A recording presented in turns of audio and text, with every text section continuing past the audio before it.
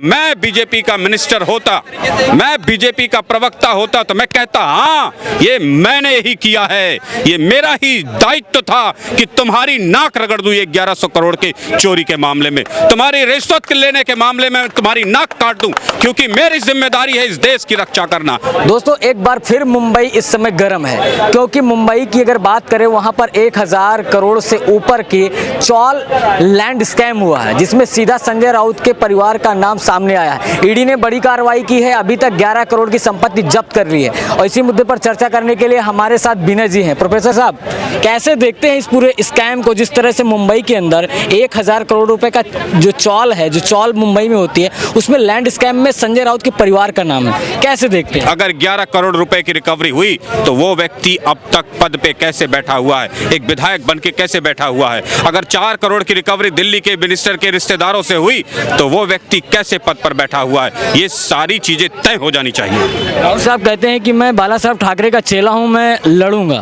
कैसे देख रहे हैं? बाला साहब ठाकरे की इज्जत का फलूदा जितना शिवसेना ने और इस सरकार ने किया है, मुझे नहीं लगता किसी और ने किया होगा।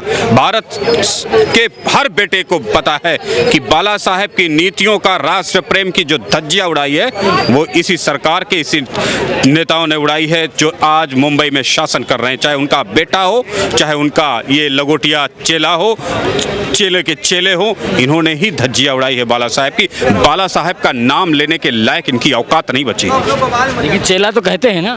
कहता रहा हूं, इनकी औकात नहीं है बाला साहब के नाम को यूज करके अपने साथ जोड़ने की। बाला साहब एक देश प्रेम करने वाले व्यक्ति थे, देश के लिए मर मिटने वाले व्यक्ति थे। उनकी जब डेथ हुई तो 40 लाख लोगों में हिंदू भी शामिल था, मुसलमान भी शामिल था, वो देश प्रेम के लिए मरने वाले थे। इन लोगों को उनके नाम को लेने की जरूरत नहीं है, ना उसके लायक ये लोग बचे हैं। देश प्रेम से इनसे कोई लेना दे नहीं। 11 करोड़ की संपत्ति मिली, बैंक का फ्रॉड मिला, सारे फ्रॉड इन्हीं के इर्द गिर्द घूम रहे हैं, सारी एजेंसियां इन्हीं के इर्द गिर्द घूम रही हैं। ये एजेंसियां तो घूम सकती है, 11 करोड़ तो नहीं जमा कर सकती ना, चाल तो नहीं खड़ी कर सकती ना, आपने देखा था, फिर तो नहीं बना सकती एजेंसियां ना आपके लिए। वो तो आपने ही तय किया है, आपने ही बनाया, तो उसका खामियाजा आप भुगतिए।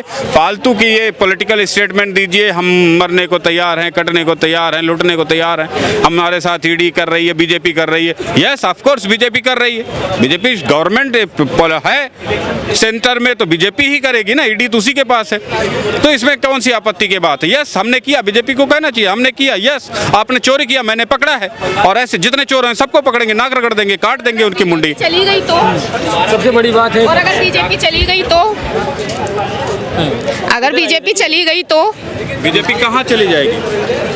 भगा देंगे हम लोग, भगा देंगे, आपके भगा जा रहे हैं, आप ही जा रहे हैं। तो सबसे बड़ी बात यह है कि जिस तरह से अगर पूरा, अभी आपने देखा था महाराष्ट्र के अंदर गृह मंत्री वाला एक 100 करोड़ की वसूली का मामला आया था, आखिरकार महाराष्ट्र सरकार के ऊपर ही इतने बड़े वसूले क्यों हो रहे हैं? एक्चुअली सिस्टम जो है आपका ऊपर से लेकर के नीचे तक सड़ा हुआ है। इतनी बदबूदार स्थिति इस देश की बन चुकी है कि कोर्ट के परिसर में, केबिन में जिसमें जज बैठता है, उसके अंदर रिश्वत ली जाती है, दी जाती है, हेर फेर का धंधा चलता है।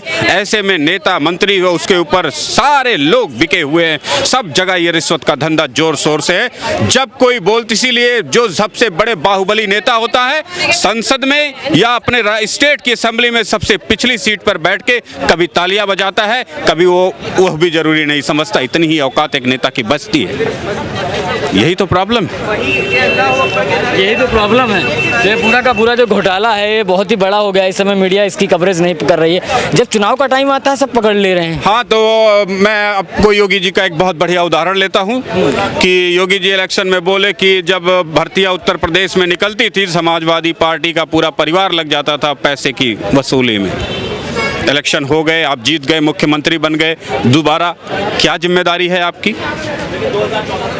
वो पैसे तो वापस आने चाहिए थे, वो सारे लोग जेल में जाने चाहिए थे, उन पर एक्शन होना चाहिए था। ये बुलडोजर किधर घूम रहा है? The action should be strict and finally एक छोटे बच्चे को भी विश्वास होना चाहिए कि एक्शन हो रहा है, न्याय हो रहा है। जब छोटे बच्चे को विश्वास पैदा नहीं कर पाएंगे आप, तो बड़े को क्या घंटा करेंगे? आपके बस का नहीं है, आपके बूते की बात नहीं। इसलिए इन नेताओं की रोज की स्टेटमेंट, मीडिया की statement, just a fake statement, fuse statement, मुख पे कुछ और लगा हुआ है, पीछे कुछ और है, दिमाग में कुछ और चल रहा है। ऐसी नीतियों से राष्ट्र नहीं बनते, ऐसे नेताओं से राष्ट्र नहीं बनते जो बड़े बड़े बाहुबली हैं। नाम जानते होंगे आप, बाहुबल से इलेक्शन तो जीत जाते हैं, चाहे वो पार्लियामेंट में बैठ रहे हों, चाहे वो स्टेट की असेंबली में बैठ रहे हैं। मैं दोहराना चाहता हूं, पिछली सीट इनकी होती है, कभी जोर से ये बोल भी नहीं पाते। थपथपाना भी टेबल की अपनी इज्जत का फलूदा समझते हैं। इनकी यही औकात होती है। ये ऐसे नेताओं से देश नहीं बदलता। देश तो भगवाधारी योगी जैसे से बदलता है, एक बात मोदी तो जैसे से बदलता है। और अगर रावत जी कह रहे हैं कि ये बीजेपी कर रही है, तो अगर मैं बीजेपी का मिनिस्टर होता, मैं बीजेपी का प्रवक्ता होता, तो मैं कहता हाँ, ये मैंने ही किया है, ये मेरा ही दायित्व था कि तुम्हारी नाक रगड़ दूं 1100 करोड़ के चोरी के मामले में, तुम्हारी रिश्वत लेने के मामले में तुम्हारी नाक काट दूं, क्योंकि मेरी जिम्मेदारी है इस देश की रक्षा करना, इस देश को चलाना, इस देश की नीति को तय करना, इस देश के विकास को तय करना। इसलिए अगर मेरी संज्ञान में, मेरी सरकार के संज्ञान में, भारतीय जनता पार्टी के संज्ञान में ये आएगा कि तुम चोर हो, किसी ने चोरी किया है, तो उसकी कार्रवाई करने का दायित्व बीजेपी का है, बीजेपी के लीडर का है, बीजेपी के एडमिनिस्ट्रेटिव पार्टीज का है, कैबिनेट मिनिस्टर्स का है, मिनिस्टर का है, प्राइम मिनिस्टर का है। उसकी जिम्मेदारी बीजेपी लेती है। इसमें क्या दिक्कत है? लेकिन बात यही आती है कि जहाँ जहाँ बीजेपी नहीं, वहीं ईडी ज़्यादा एक्टिव है, वहीं सीबीआई एक्टिव है। ऐसा है, चोर तो सारी जगह फैले हुए, इतनी चोर, इतनी मगरमच्छ है कि सारे मगरमच्छों को अगर मैं बाहुबल से कुचलना चाहूं तो नहीं कुचल सकता। योगी आदित्यनाथ का बुलडोजर 100 बाहुबलियों को तो कुचल सकता है, लेकिन मगर को पैदा होने से नहीं रोक सकता। एक नया मगर पैदा हो जाएगा, एक नया मगर पैदा हो जाएगा। हमें एक सिस्टम की आवश्यकता है। क्यों हम कह रहे हैं कि राजस्थान में लोगों ने, मुसलमानों ने हिंदुओं को मारा?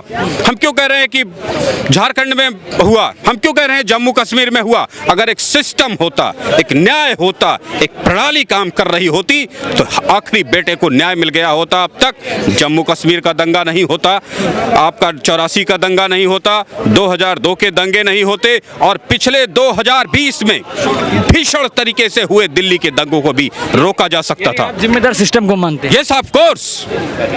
आप योगी आदित्यनाथ का फार्मूला 100 अजगर को मार सकता है, लेकिन पैदा होने के सिस्टम को जब तक आप नहीं मारेंगे, तब तक समस्या का अंत नहीं होगा।